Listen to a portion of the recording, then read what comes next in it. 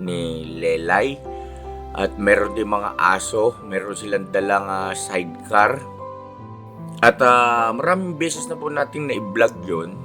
Maraming beses din tayo nakapagpaabot po ng tulong hanggang sa natuklasan natin yung kanyang itinatagong sikreto na hindi naman pala niya kaano-ano ang mga batang kasama niya na ipinapakilala niya po na kanyang mga anak nung una. Mga kabisnes naming minamahal, pansamantalang magbabalik tanaw tayo, no? Kumuha kami ng video clip doon sa mga naunang video natin at para ma-recognize nyo si Lelay. At ang dalagitang ito, masasabi natin nasadlak sa isang pangyayari na hindi ka nais-nais. At bilang tatay, bilang magulang ay talaga namang hindi natin maiiwasan na makaramdam ng galit, sama ng loob at panghihinayang dahil sa kanyang kamusmusan, 13 anyos, ay nagdadalang tao na po siya at 8 buwan ng buntis. At siya po ay nabuntis o ang ama ng kanyang ipinagbubuntis ay mismong ang kanyang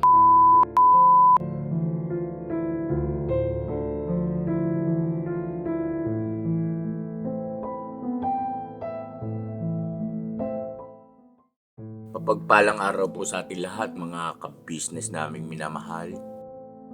Sa vlog po natin ito ay iminumungkahi po natin na pairalin o ipatupad ang parental guidance sapagkat maselan po ang topic ng ating magiging vlog sa pagkakataong ito.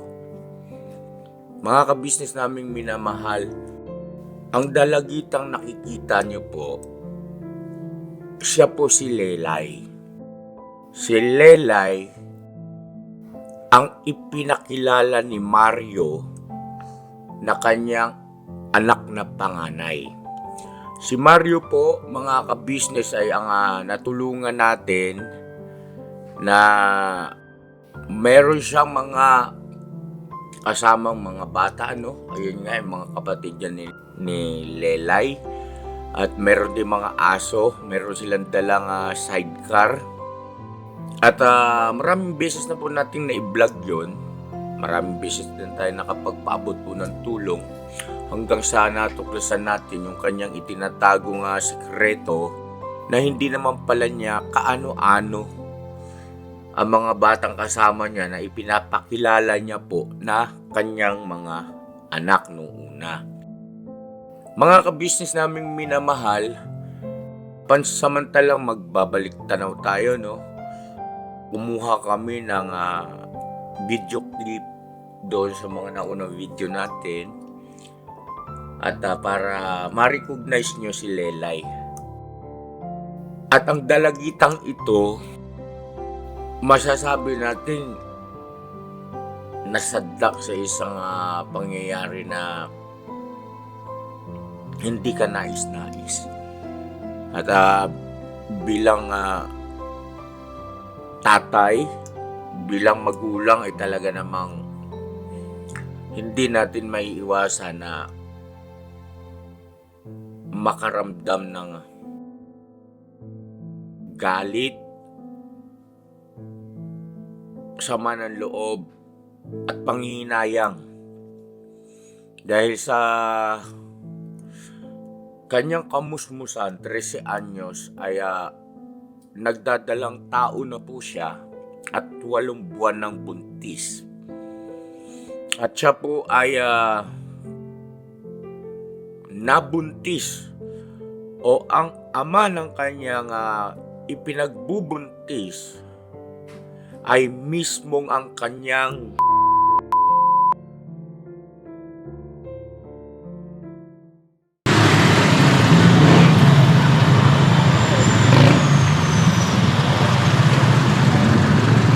Kabike ka pa. Saan galing yung bike mo? Ito. Tay, kayo rito. Taga saan kayo? Galing po kami Bulacan, wala nang bahay doon sir. Bakit as yung bahay mo? Kapitol pa po kami, tabako. Ha? Tabako. Albay? Bicol. Kaya nga, Tabako Albay, Bicol. So, doon pa kayo galing? Hindi oh, Bulacan. Taga Bicol kayo, tapos nakatira kayo sa Bulacan. Wala na po pang upa, kaya dito na lang po sa Lansakan. Bumunta Eh, sino itong mga ito?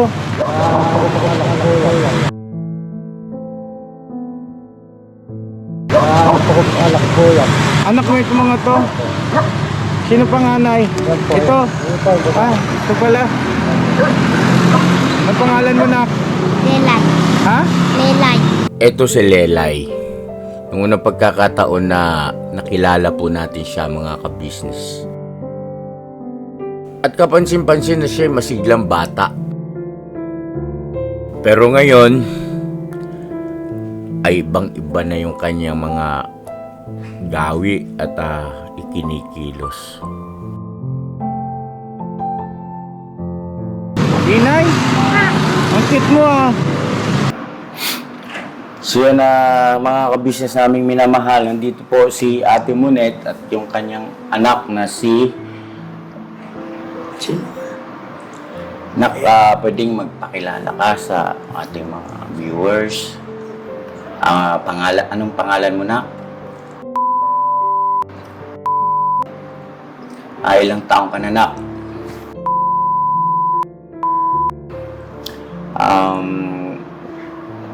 Okay lang ba okay lang ba malaman kailan ang birthday mo? Ano?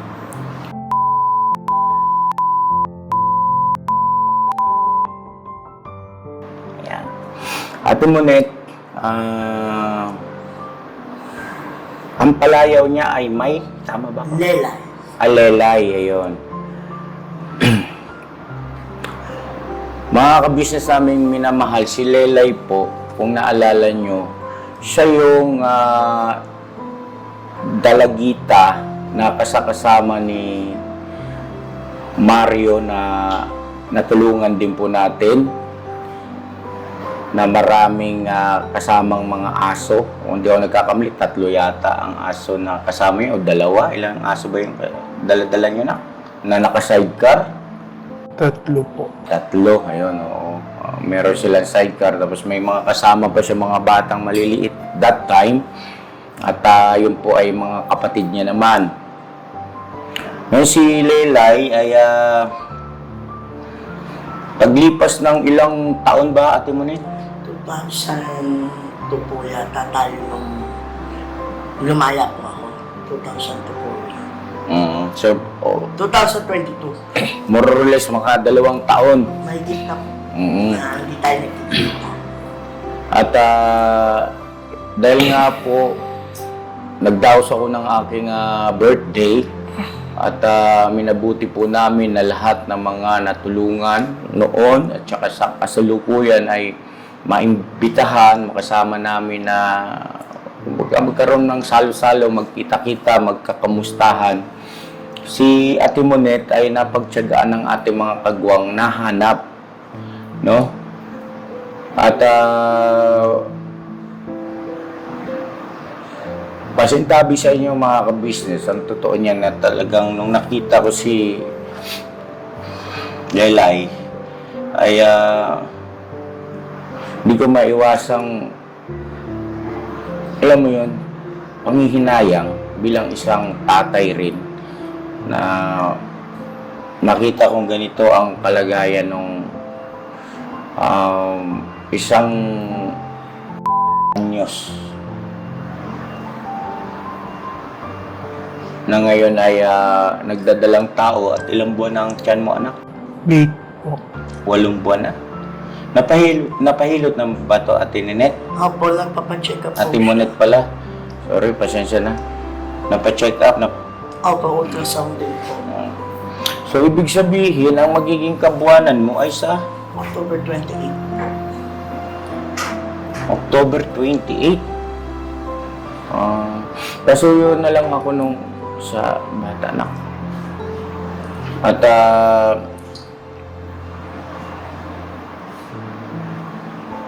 ang birthday niya ay sa Mayo. Next year? Tama ba? O, Opo. no? So, ibig sabihin, talagang old pa lang siya ay magiging nanay na siya. No?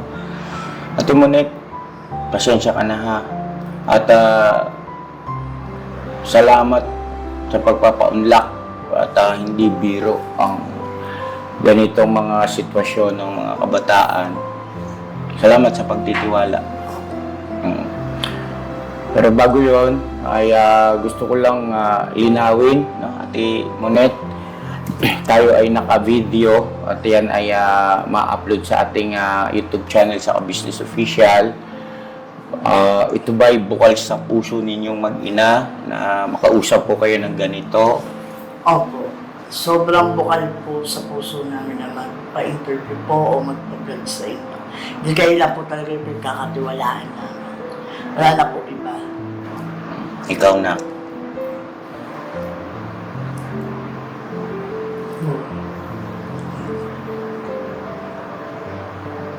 Okay lang ba sa'yo?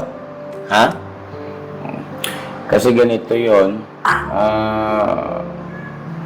yung iyong sitwasyon na ay makakapagbukas ng kaisipan at kamalayan ng mga maraming kabataan na katulad mo na magsisilbi kang paalala sa kanila, no? At mga ka-business, pinagpapauna ko sa inyo, huwag muna sana kayong mag-isip ng kung ano-ano mga negatibo patungkol dito kay Lelay at lalo na rin sa kanyang nanay, kay Ate Monet. Dahil sa wala namang tao na nasa katinuan ng pag-iisip na gusto niyong magkamali siya, no? O hindi kayo malagay sa isang sitwasyon na hindi maganda. Naturalmente, bilang isang nanay, nangangarap sa kanyang mga anak na mapaayos at maging mabuti yung kinabukasan. Kanya lang, andun yung katotohanan, mga ka-business, na may mga bagay talaga na hindi natin kontrolado. Masakit na kung sa masakit, kaya lang nangyayari.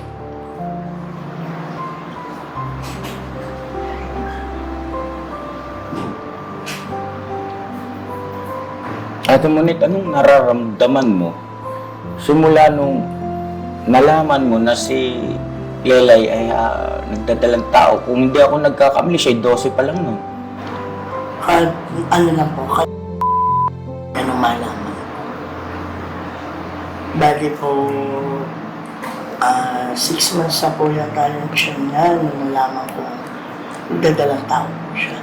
Kasi po, nagtatrabaho po ako sa Angeles kasi kasama ko po sila. May binigay pong tirahan ang aking amo po na Koreano at Pilipina na sila po yung babayad ng upa. Kasama ko po yung mga anak ko maliliit na kinuha ko po from Bulacan to Angeles po. Napansin ko po nung day off ko, malaki na nga po yung chisel ko. Nagkaroon ka ba? Chinik ko po yung mga napkins namin doon sa bahay dahil meron po kami storage doon ng napkin. Kasi nga po, para kung magkakaroon sila, meron sila talagang stock po. Ang problema po, nung tinatanong siya, umiyak na po siya. Doon nga po sa akin sinabi na... So, excuse mo na, Ate Monet, nalaman mo na ay 6 months nang nagdadalang tao si Lelay. Opo. So, ibig sabihin, kasi ang birthday niya ay May eh. Opo. So, ibig sabihin, kung 6 months na, ibawas mo pa yan, pa lang siya. Nabuntis na siya. Opo. Palang po. Pasintabi ulit. Ilang taon ba si Lelay na dinatnan? Ano po, 11 po. 11. Diyos ko, parang hirap ng ganito, mga business, ano? At paalala lang po ulit si Ate Monet po At si Lelay ay ulila na kasi ito si Lelay sa ama, no? Namayapa na yung asawa ni Ate Monet. So, baka kasi tanong ng ating mga mahal na viewers, asan yung tatay niyan? Anong ginawa ng tatay? Usually, ganun eh, di ba? At alam natin kung ano rin damdamin ng mga viewers panghihinayang.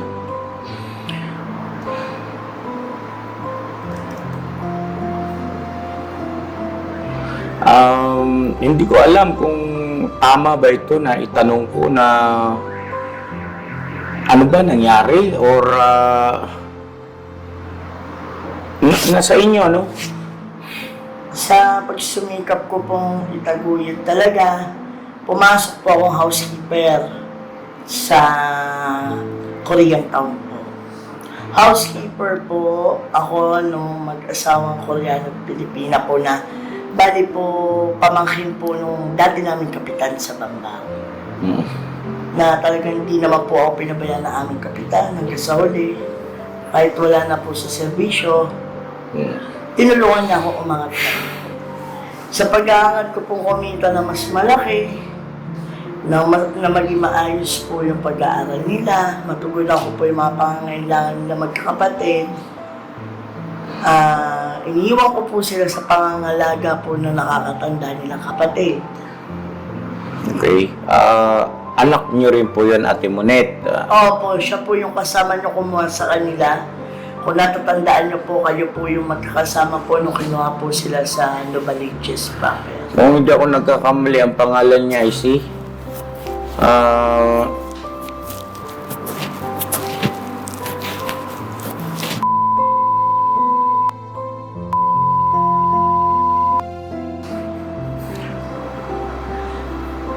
Tapos, Hanggang siya po yung nangangalaga. Iniiwan ko po sa nila yung 4 na maliliit na magkakapatid po. Si Lelay po, si Yayi, sa po si Dirty, sa Sinyon.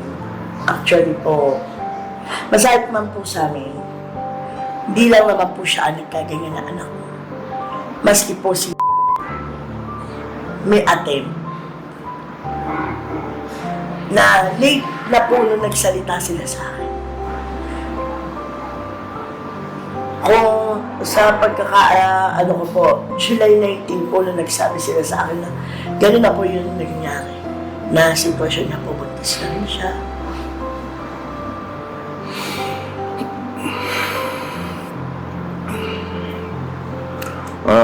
Ate Monet, grabe, sobrang sakit nito mga ka-business kasi parehas niyang anak eh. Diba? Kaya, ano ang naging pasya mo, Ate Monet? Nagsampa po kami ng demanda dahil po yun ang tama. At ang mali is mali po. Bilang ina masakit po sa akin dahil pareho anak ko sila pero kailangan ko pong bigyan ng tamang hamon para po maituwid yung pagkakamali. Toy, paso yung tissue kay Ate Monet. Sige lang, tuloy mo lang. Yung pagkakamali dapat ituwid.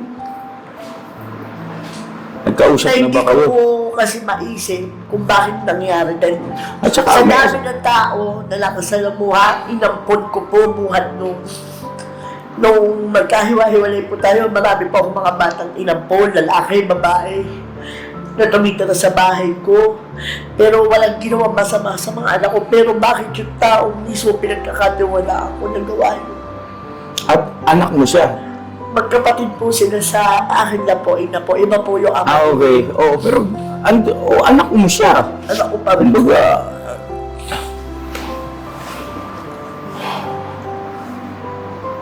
nagkausap kayo sa bagay na yan. Hindi po eh. Tinry ko naman po i-reach out siya. Pero, re-reach out mo, magre-reply siya pag galit. Wala, hindi niya inaamin. Pwede po bang yung hindi nga aminin, 2 bata mismo ginawa niya ng gano'n? Yung isa ate, Okay. Grabe. At, Alam niya na nag-file ka ng demanda ng kaso sa Alam kanya. ko po, alam niya.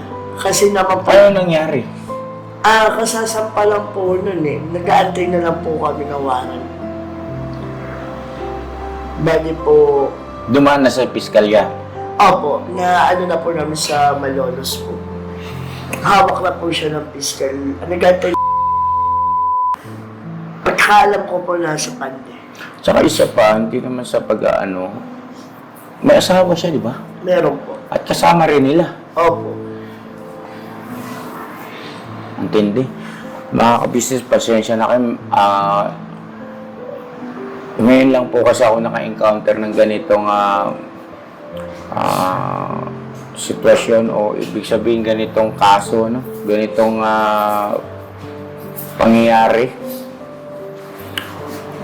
sa larangan ng pagtulong at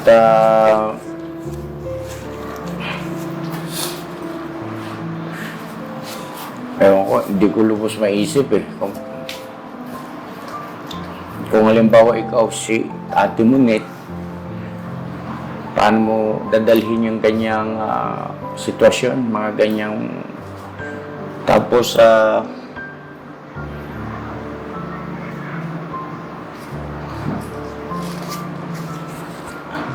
Lai, na, pwede ako magtanong. Sino gumawa sa'yo ng ganyan, nak?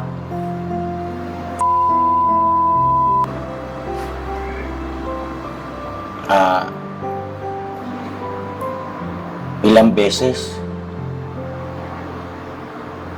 Marami po. Hindi ka ba naggalit, nagsumbong ng mga bago-bago pa lang? Ibig sabihin, yung mga halimbawa sa unang pagkakataon, sumbong mo na kay mama. Ano nangyari? Magsusumbong po sana ako sa asawa niyo. Pero po nakatingin po siya ng masama.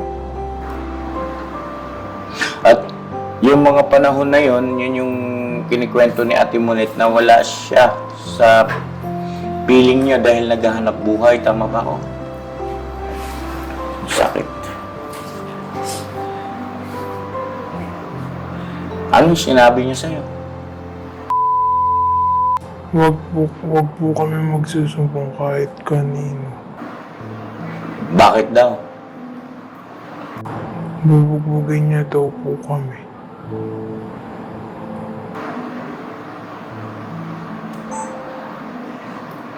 Nalaman ang nangyari sa iyo?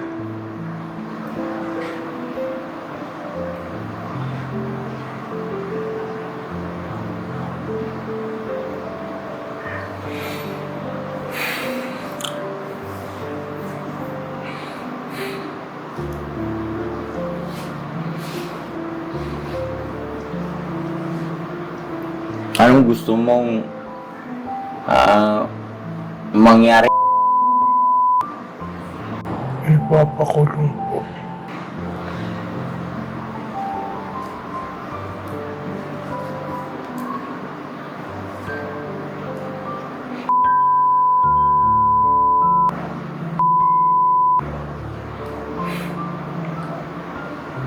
Kapatid mo.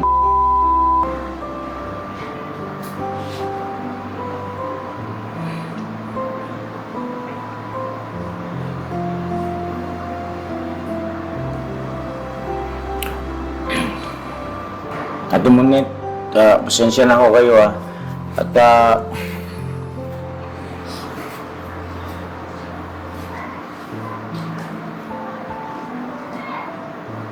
ipapakulong ng nanay yung kanyang anak dahil may ginawang di maganda sa isa niya pang anak.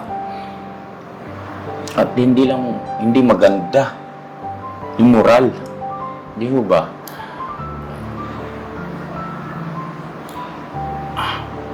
Parang sa kwento lang sa, di ba no? Parang hindi totoo. Parang akala mo na sa telebisyon ka lang na nanonood, pero nangyayari pala po sa totoong buhay.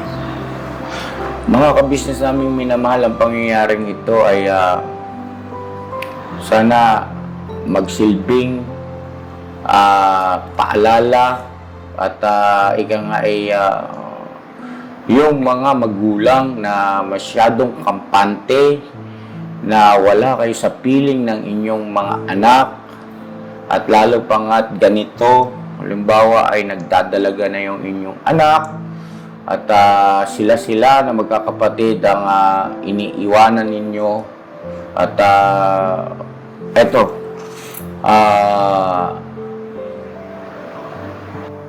na totoong nangyari. Sana po wag maging huli ang lahat. Mahirap yung masyado tayong kampante, no? Gawin natin yung bahagi natin. Hindi naman masama ang maghanap buhay. At kagaya ng kay Ate Munit. Ate Munit, anong na-realize mo? Nung nalaman mong gano'n sa kabila ng iyong pagsisikap, ito lang palang Masakit po, pero nandiyan na po, hindi naman po mababago na talaga.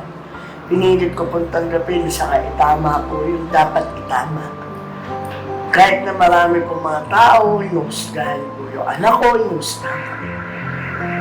Isa lang po sinasabi ko, hindi ko kailangan sa inyo magpaliwanag, hindi namin kailangan magpaliwanag sa inyo. Kung ano nangyari, tanging Diyos na lang po nakakaalam kung anong totoo. Wala kaming tinatago, hindi naman namin tinatago kung ano yung naging kwento. Isa lang po masasabi ko sa mga magulang na naghahanap buhay, huwag po tayo magpakatiwala. Maski ka mag-anak, maski anak, kaya na iiwanan natin, lalo nagdadalaga, ingatan po natin. Ingatan po natin sila. Kung kinakailangan natin, pag uwi natin, tanongin naman nangyayari sa pagkawala kayo. Gawin po natin kasi po, ang hirap po nung kung kailan yun huli na, saka mo lang malalaman, napakasakit po. Na hindi mo na-actionan na gano'n na pala yung nangyayari. totoo yun na mga kabisnes. At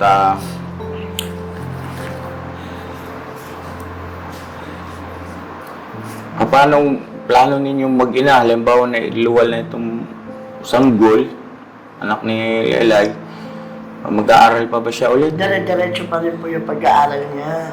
Sino mag-aalaga ng bata? Ako po. Kaya po paano talaga, kabuhayan ninyo? magsasalitan po kami nung Iba niyang kapatid. ng mga kuya niya.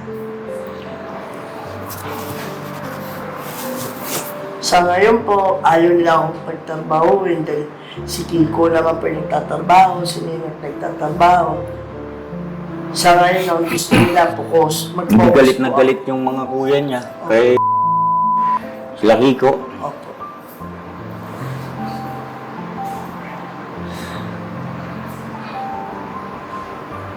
So, ibig sabihin, Parang iniwewe niya, mayroon niyang bumabarkada yan, eh hindi naman po lumalabas talaga yung bata. So, kailan bang pagdating sa husgado nito ay mag-undergo ito ng DNA test, no? Paglabas ng baby. Opo. At doon mapapatunayan kung talagang Pero, di ba? Pero ika nga, benefits of the doubt, DNA test talaga ang kababagsakan yan, mga kabisnes naming minamahal. Like, wag kang mawala ng pag-asa, nak. Ha? At kami, ang kabisnes official ay bukal sa puso namin na tumulong sa abot ng aming makakaya. Ha?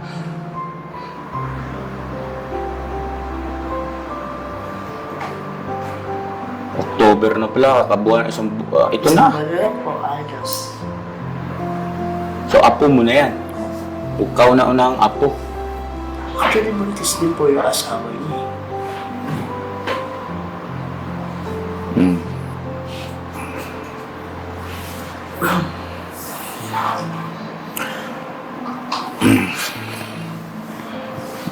Okay ka lang.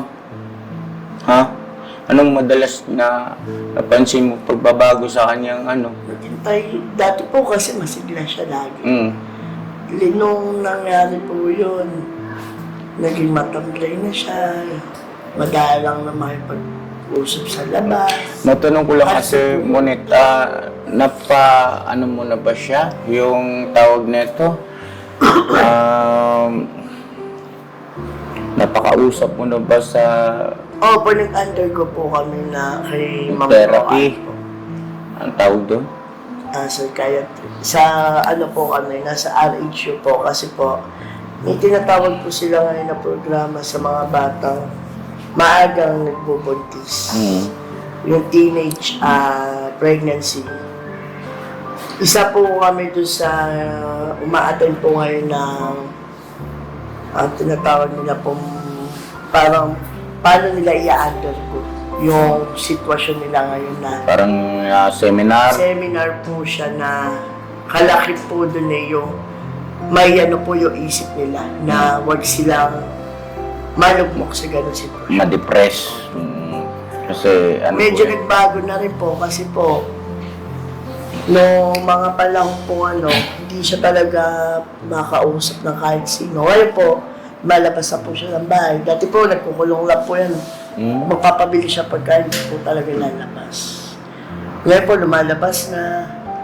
Kahit pa paano po, siyempre nakikita siya ng mga kaklase niya po. Nagkukwentuhan naman po sila. Ano ang anak niya? Lalaki po. Lalaki. Napaka-positive nito nating Monit.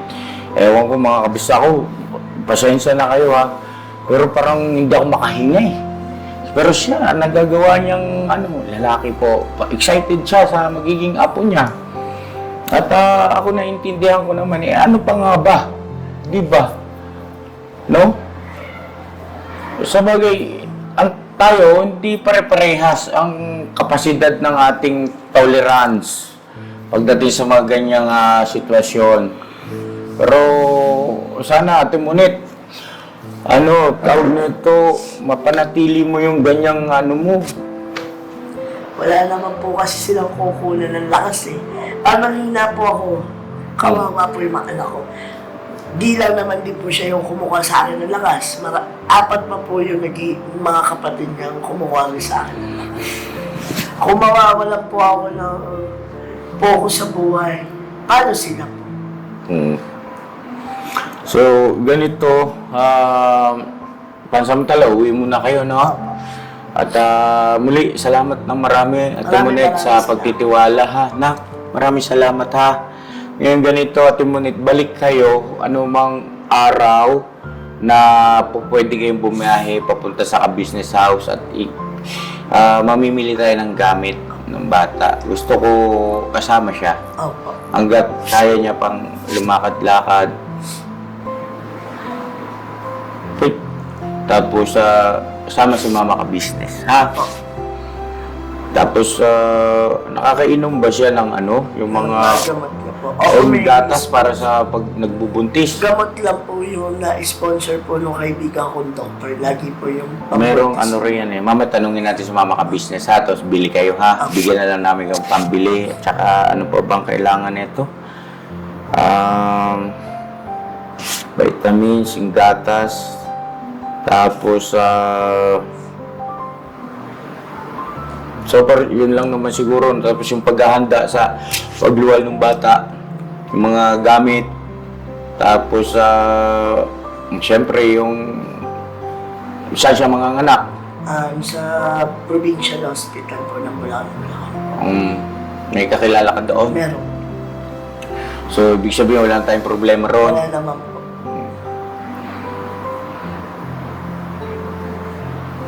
Now, hey. Makakaraos din yan, ha?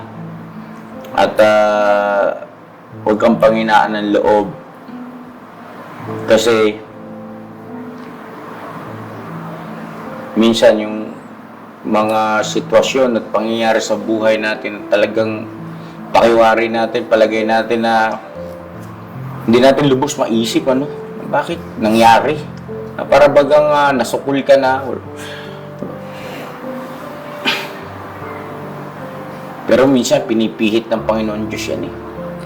Hindi naman po siguro bibigay. Sabi ko nga po, buwan na nagkakilala tayo, matatandaan mo ka business. Laban lang sa buhay.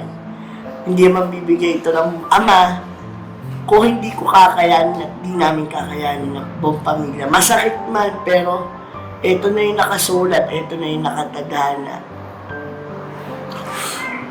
Toy, bigat na ito. Anak, may nararamdaman ka na sa tiyan mo? Kasi parang gumagano na siya, te. Gumagalaw po kasi kanina Oo. anak niya. Ilang ba? 8. 8. Kabuanan, October.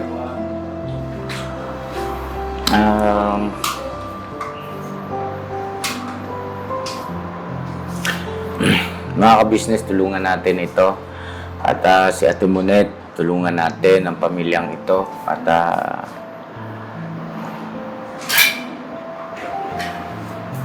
hindi biro ito mga ka-business. Kumbaga,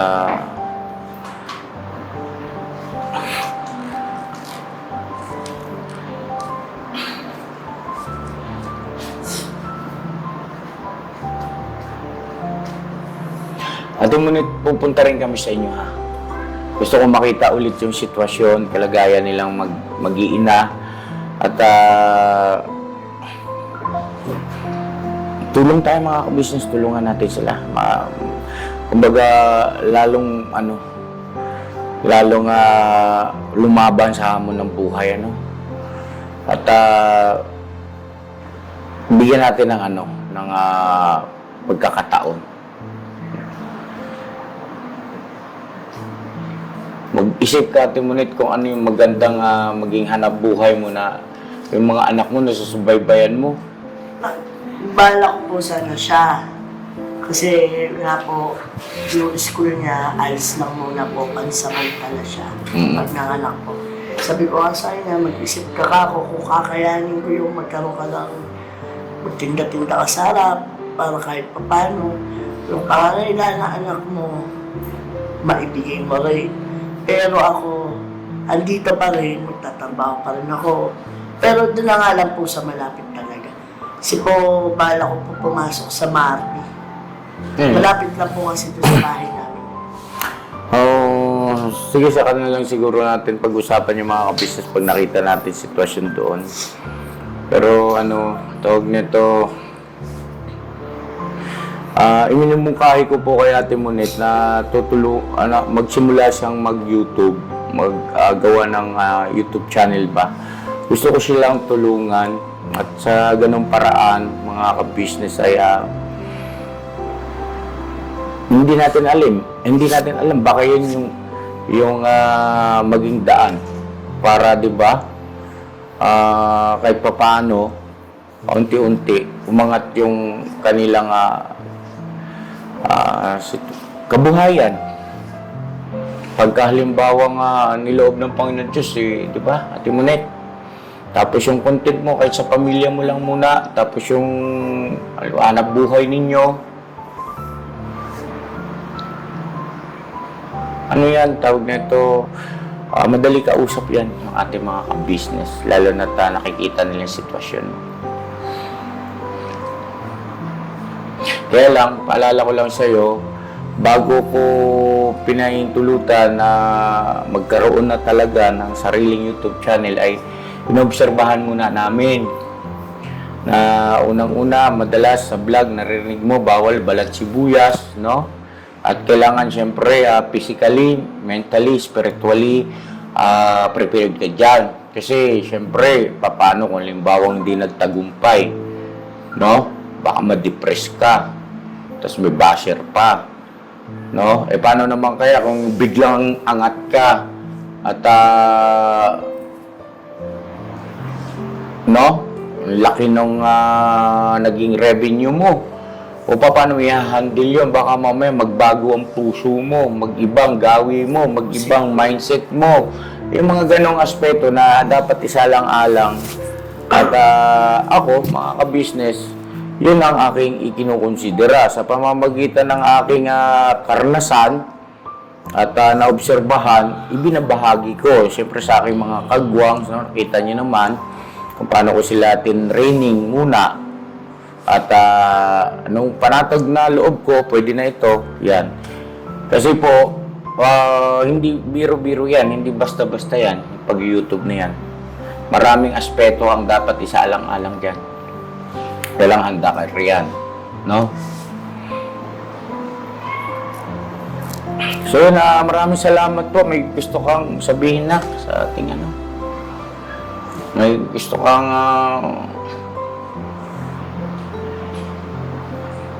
wala na?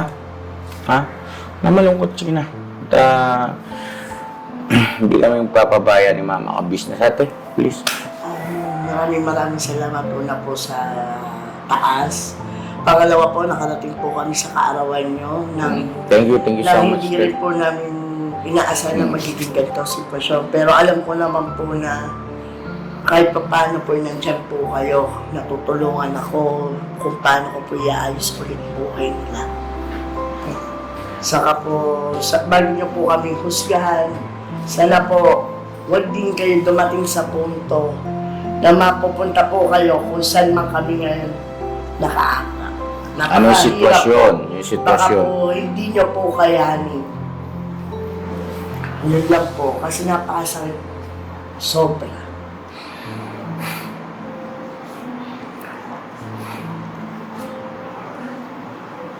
Ano siguro yun to? Mga ka-business, salamat po at pasensya na, ha? At hindi namin pauwiin to mag-ina na hindi maabutan ng tulong at pagmamahal, no? God bless sa ating lahat. I love you all. Bira lang po.